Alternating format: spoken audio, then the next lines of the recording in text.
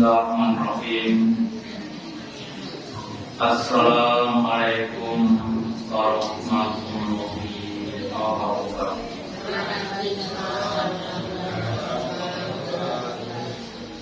Alhamdulillah, alhamdulillahilladzi an'amana bi nikmatil iman wal Islam. Asyhadu an la ilaha illallah wahdahu la syarika lah wa asyhadu anna Muhammadan abduhu wa rasuluhu la nabiyya wa la rasula ba'da. Allahumma shalli ala Muhammad wa ala ali Muhammad kama shallaita ala Ibrahim innaka Hamidum Majid wa barik ala Muhammad wa ala ali Muhammad kama barakta ala Ibrahim innaka Hamidum Majid. Qala ta'ala bi kitabil karim a'udzu billahi minasy syaithanir rajim. Ya ayyuhalladzina amanu ittaqullaha haqqa tuqatih wa la tamutunna illa wa antum muslimun.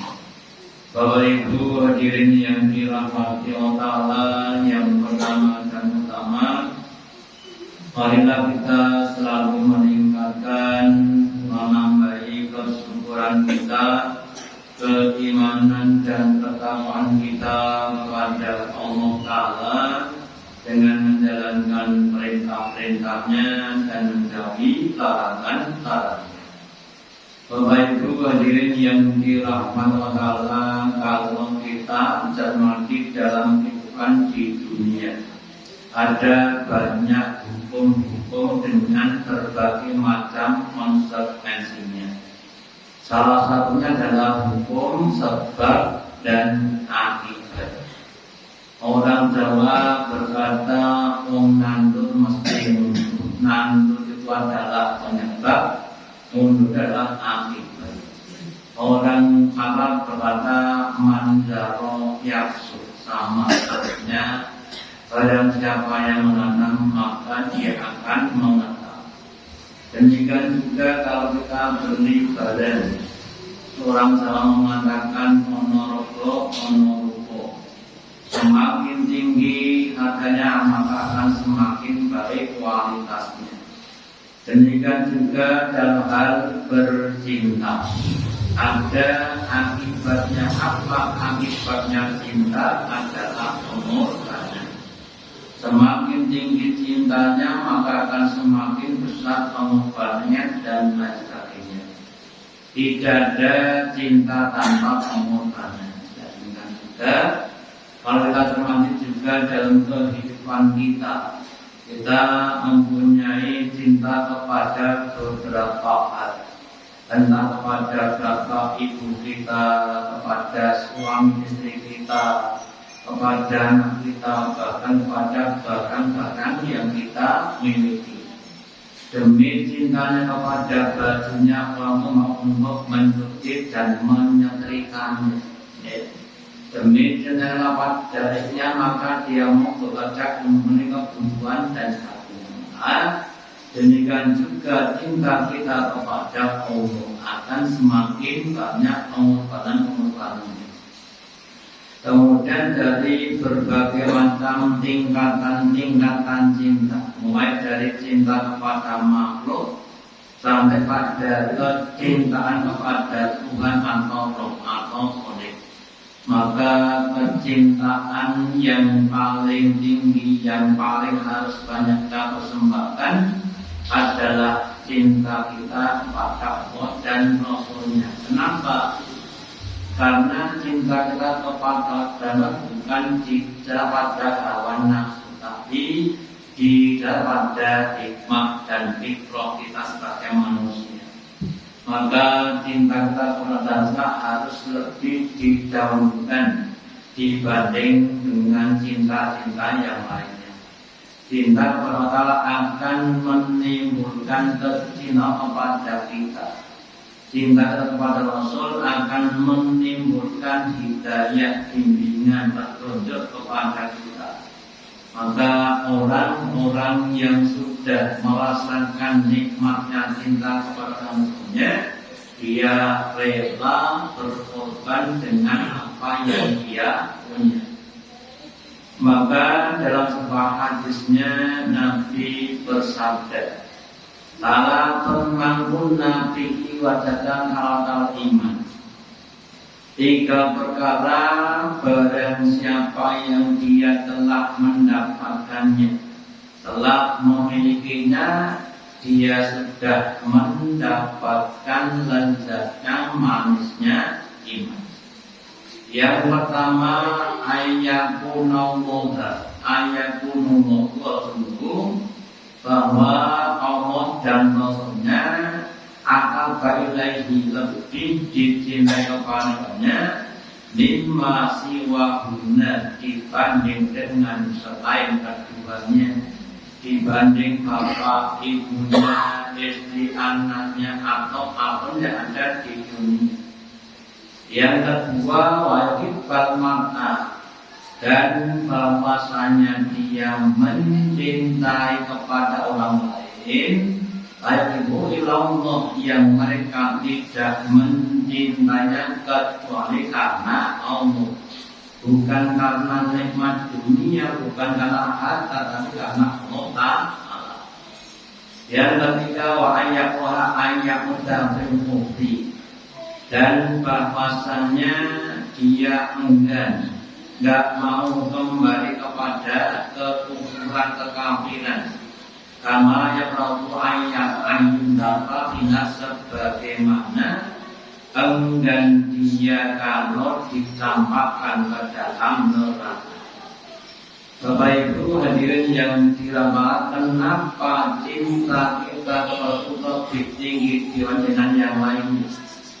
Tadi saya sampaikan bahwa Allah dan yang Rahman dan Rahim, dan yang maha belas kasih kepada hamba-hambanya, sehingga barang siapa yang mencintainya, Allah akan mencintai kepada orang yang mencintai orang. Dan kalau orang yang mencintai hambanya, maka Allah akan perintahkan kepada Jibril, aku sudah senang cinta kepada si fulan, maka umumkanlah, perintahkanlah kepada semua penduduk langit dan penduduk bumi, entah itu malaikat, entah itu jin, tumbuh-tumbuhan, binatang, bahkan bintang-bintang, atau batu-batu dan sebagainya, untuk cinta kepada hamba. Jadi kalau kita cinta kepada Allah, Allah akan cinta kepada kita. Kalau Allah cinta kepada kita, maka Allah akan merintahkan semua makhluknya untuk cinta kepada kita. Jika semua makhluk cinta kepada kita, maka mereka akan datang kepada kita membawa kemanfaatan, membawa faedah. Jangankan istri dengan anak, tumbuh-tumbuhan, binatang, tetangga-tetangga kita, teman-teman kita, bahkan pimpinan kita, mereka akan senang kepada kita, sehingga dia akan memberikan manfaat kepada kita. Nah sebaliknya, kalau kita tidak cinta kepada Allah, kita benci kepada Allah, juga begitu. Allah akan benci kepada kita, dan Allah akan perintahkan kepada semua makhluknya untuk benci kepada kita. Kalau semua makhluk benci kepada kita, maka semua akan memberikan manfaat kepada kita. Jangan orang lain. Anak itu bisa menjadi musuh kalau tak dibenci Allah Ta'ala. Terus yang kedua, yaitu cinta kepada Rasulnya, Rasul Muhammad SAW, orang yang dipilih Allah menjadi suri tauhid, yang akan membimbing, membina kita kita, yang mencintai kita. Di akhir hayat beliau, Nabi memimpikan mengingat pada umatnya yang disebut cuma ummati, ummati, ummati. Wahai Allah, umatku bagaimana? Umatku bagaimana ya Allah? Ya, selamat atau tidak? Bahkan besok ketika Nabi sudah lewat di Sirat, sudah sampai di surga, tidak langsung masuk surga dalam, masih menunggu di sebelah Sirat, sebelah sana. Ketika umatnya lewat di Sirat, kemudian Nabi katakan Allahumma salim, Allahumma salim, ya Allah selamatkan ini umatku, selamatkan ya Allah sampai masuk ke dalam surga. Itu kesinangannya pada kepada kita, ya. Terus cinta kepada Nabi ditunjukkan dengan cara kita ikut ibadah pada ajaran Nabi. Nabi bersabda, "Intuqibuni fattabi'uni." Jika kalian cinta kepadaku, maka ikutilah aku, sunnah-sunnahku, ajaran-ajaranku. Kalau kalian mencintai aku dengan mengikutiku, yuhibbukumullah wa yaghfirlakum, Allah akan mencintai kamu dan Allah akan menghapus dosa-dosa kamu. Itu kalau kita cinta kepada Rasul. Ya, makanya monggo sunnah-sunnah Rasul kita hidupkan kembali dengan cara kita praktekkan. Baik itu yang berhubungan dengan sunnah-sunnah ibadah, ya, tata cara sholat, tata cara puasa, berzikir, baca Quran atau haji umroh, maupun sunnah-sunnah muamalah, cara makan kita, cara minum, cara tidur, cara berjalan, bahkan cara duduk, ya. Itu semua akan mengandung manfaat yang sangat besar. Kalau kita mencontoh Rasul dalam segala hal, maka hidup kita akan lebih efektif, lebih efisien, ya. Lebih efektif itu akan tepat guna, ada banyak manfaat, ya. Nah, kita adalah hikmah, tidak boros, tidak banyak sumber daya yang terbuang. Sering saya contohkan, sering saya contohkan. Kalau ada orang dua namanya A dan B. Si A itu tidur ketika harus tidur, bangun ketika harus bangun, si A. Ya. Si B itu tidur ketika harus bangun, bangun ketika harus tidur. Kira-kira bagaimana? Ya. Si A itu tidur ketika harus tidur, jam 10 malam masuk tidur dia. Ya. Jam 3 bangun, dia bangun. Kasih jam 10 kata dia nggak bisa tidur. Ya. Oh, boleh tidur nggak tidur, memang nggak bisa tidur. Jam 3 malah tidur, boleh bangun tidur. Ya, kan nggak tepat namanya. Makanya kemudian kita tiba pada Nabi. Oh, boleh mangan, mangan. Gak betul tadi, itu kurang efektif, ya. Maka kalau kita ikut nada kan efektif, tepat guna dan sebagainya, ya. Terus yang kedua, Nabi juga bersabda, wahai umatku, wahai orang Islam, Fawalladzi nafsi biyadihi, maka demi siapa yang ada di tanah bermakna demi Allah. La yu'minu ahadukum, tidaklah beriman dengan iman yang sempurna seorang di antara kalian, hatta akuna, sehingga aku Nabi ahabai lagi, lebih dicintai padanya min walidihi, dibanding dengan bapaknya, ibunya, wawali, dan juga pada anak-anaknya. Ada satu sahabat namanya Mus'ab bin Umair. Dia masuk Islam ditentang ibunya, "Nek kamu jangan masuk Islam. Saya nggak rela kalau kamu masuk Islam.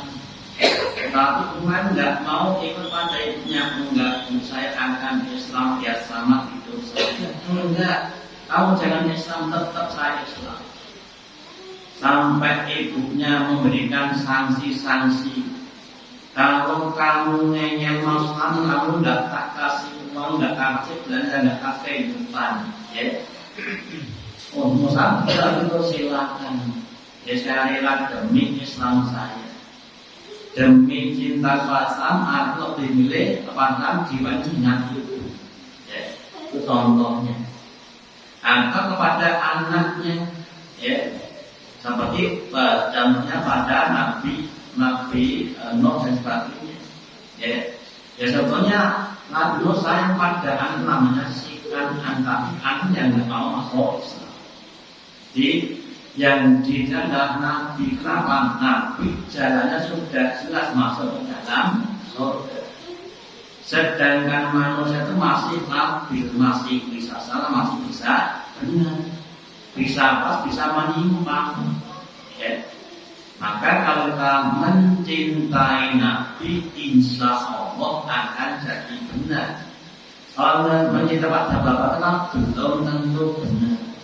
Yang kecintaan kita kepada Nabi harus lebih tinggi dibanding dengan kecintaan kita kepada bapak ibu dan juga kepada anak-anak kita. Manakala bapak ibu, anak bahkan istri menyimpang dari modalnya, maka kita jangan mengikutinya. Terus kemudian yang namanya cinta itu kan penuh ujian, ya. Banyak ujian-ujian yang digunakan untuk menciptakan cintanya. Kalau dulu boleh, kalau dulu, ya. Kalau ada seorang pria cinta kepada wanita, terus banyak ujian. Mas, kalau kamu cinta pada itu, saya diberikan bakso keram dikit, ngedol kantok. Ya, kami ngedol kantok. Demi cintanya pada pacarnya. Ya, atau seperti contoh kemarin nih, ada seorang yang punya pacar katanya dikarung, kemudian yang uji, antam sampai koma, menjadi masalah besar. Ya kan? Ini karena ya itu kan namanya ujian. Nah, maka di surat Al-Ankabut, surat yang ke-29 ayat yang kedua, Allah berfirman, wahai manusia, hasiban nasu, apakah mahu mengira menyangka ayat rompu mereka ditinggalkan begitu saja? Ayakulu amanah, ketika dia menyatakan cintanya, imannya kepada Allah. Wagum lain kalau sedangkan tidak difitnah. Suatu pertanyaan yang tidak utuh dapat maksudnya.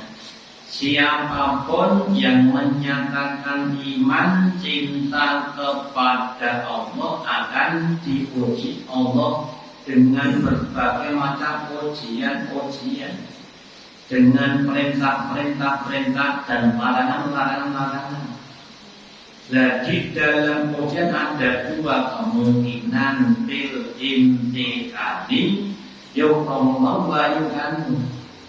Dalam setiap ujian ada orang-orang yang berhasil, yang lulus, yang lolos, yang najah, yang akan menjadi orang-orang yang mulia.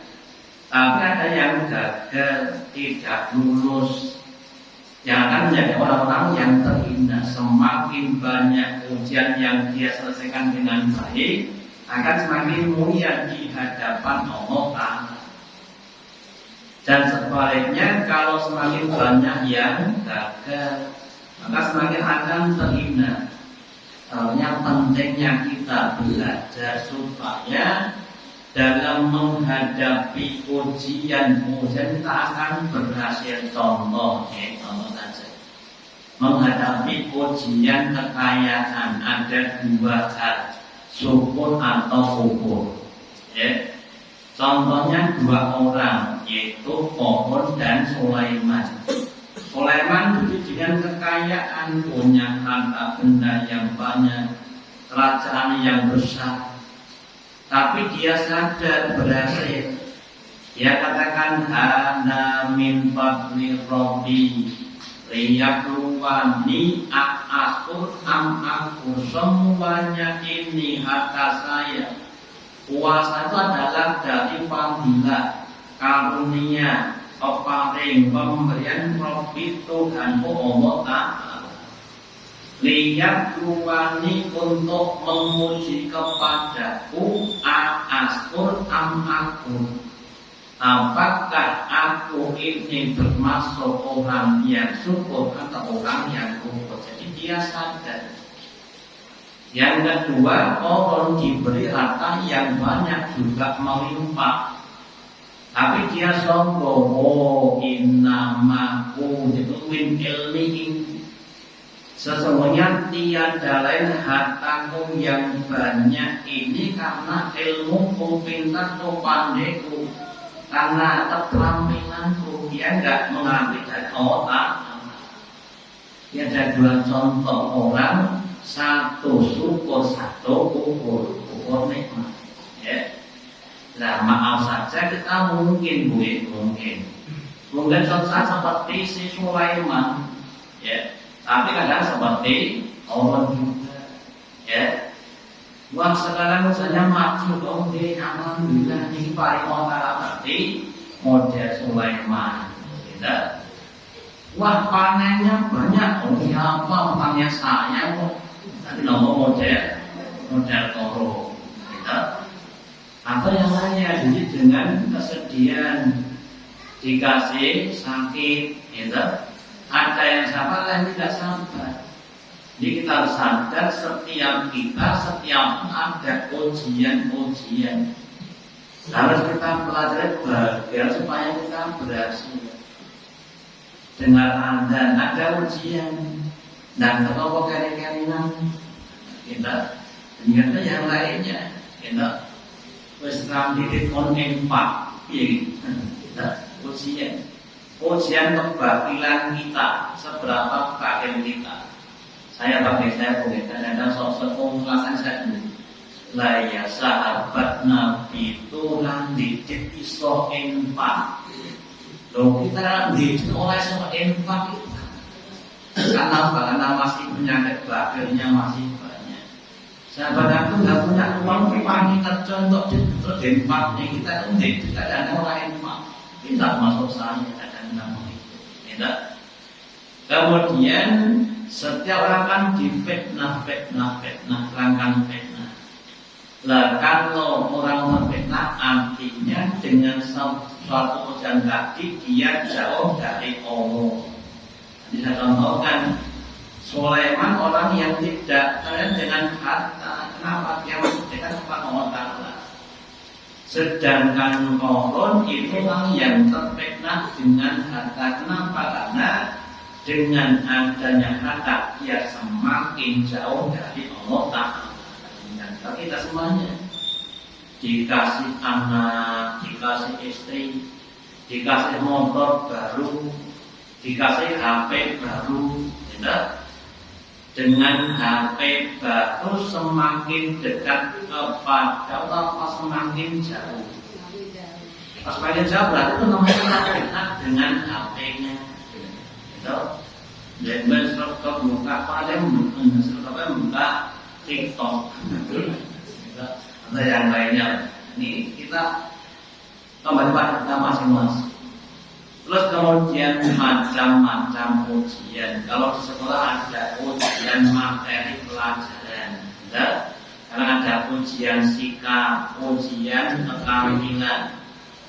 Nah, dalam hidup kita ada yang namanya pertama, ujiannya adalah keburukan dan kebaikan. Dalam surat Al-Anbiya surat yang ke-21 ayat 35 Allah berfirman, kullu nafsin dha'iqatul maut. Setiap orang itu akan merasakan kematian, siapapun, kapanpun, dimanapun. Kersono komboten tetap sedo.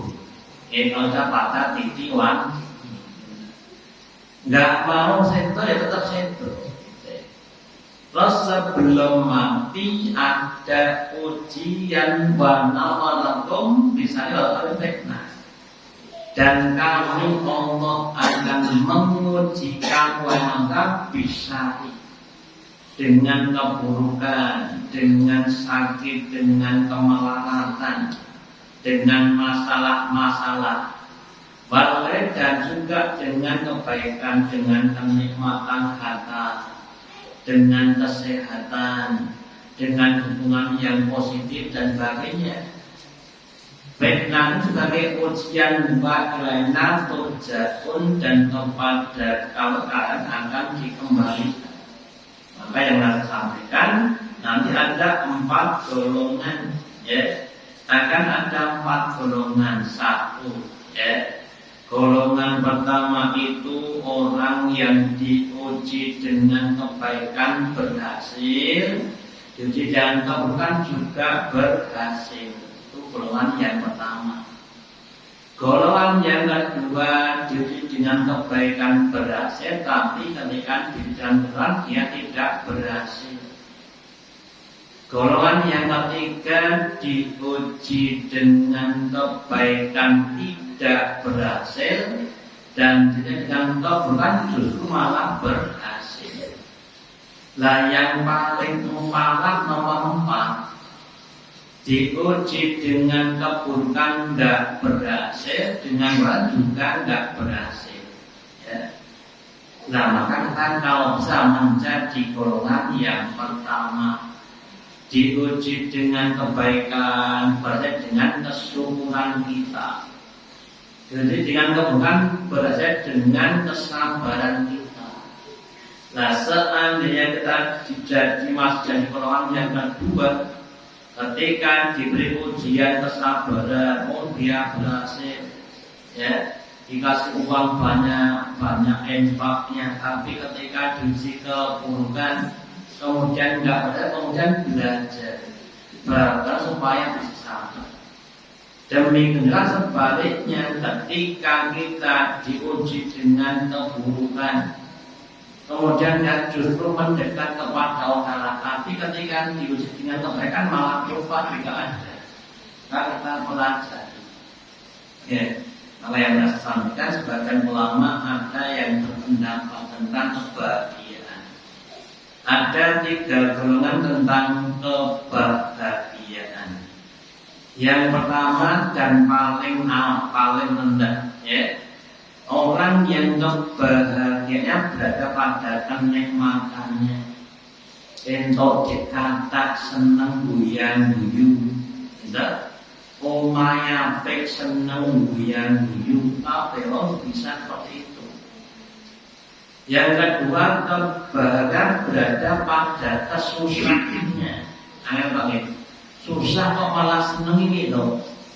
Karena ketika dia susah, dia mudah mendekat kepada Allah Ta'ala.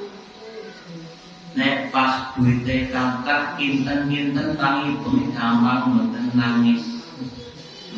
Nangis bumi pas duitnya kakak gampang mboten angin. Nek pas kang didit, tagih hutang, sholat bumi nangis gampang mboten. Level kedua nih. Yang level ketiga lebih hebat apa? Kebahagiaannya terletak pada ketindokan Allah Ta'ala. Enak monggo, gak enak monggo, yang penting Allah rindu. Jimparan cikata alhamdulillah, sitik alhamdulillah. Diparingi sehat, alhamdulillah, paling ngerongi, alhamdulillah, yang penting Allah itu. Kenapa? Karena ada diri doaku suatu kenikmatan yang luar biasa, ya. Sering orang kadang-kadang susah atau angel, sulit meridhoi hal yang tidak disuka. Tidak suka dengan kemiskinan, dengan musibah, dengan sakit, tidak. Kenapa? Karena orang itu sebagian besar baru tahu nikmatnya kenikmatan, belum tahu nikmatnya musibah. Padahal ada nikmatnya apa? Sebagian nikmatnya adalah mengurangi dosa-dosa kita. Apa komentar panjenengan kepada orang yang resikan, sering mandi, sering mobilnya dicuci, sering baknya dicuci, sering rumahnya disaponi? Apa komentar panjenengan? Itu kan mereka orang buruk. Tidak. Apa pada dalam orang yang maksud kemauan rata wadus motor koyo non sing tinggal kon tidak ijane motor apa garuk atas garuk sing nggo lho motor kok blok-blok garuk omah kon jemben jamak dan juga orang yang musibah akan dibersihkan, badannya dibersihkan dengan musibah. Katanya juga begitu, ya. Allah seperti itu. Sedangkan orang-orang yang maaf saja tidak pernah dikasih musibah, itu kadang-kadang ya dosa tidak banyak yang berkurang.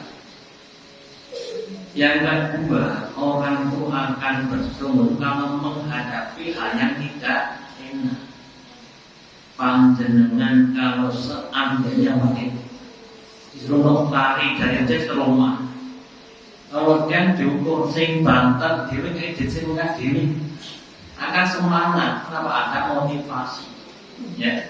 Jadi ini monggo kita semuanya berusahalah kita untuk semakin sadar bahwa kita itu ada ujian yang harus kita uji, yang kita hadapi bersama-sama.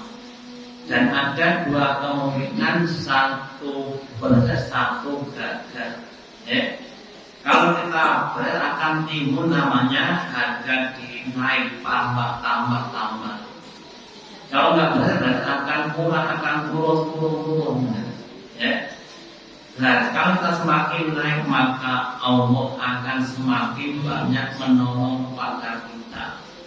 Sebaliknya kalau semakin banyak gagalnya, maka Allah tidak banyak menolong pada kita. Ya, dan kemudian maaf saja dalam beberapa hal yang kita masih gagal, monggo untuk remedi diulangi lagi, belajar lagi, ya. Ada orang yang lemah dalam hal ibadah, mau ditingkatkan lagi. Ada yang lemah dalam bidang infak, ditingkatkan lagi. Ada yang lemah dalam hal bidang muamalah, ditingkatkan lagi.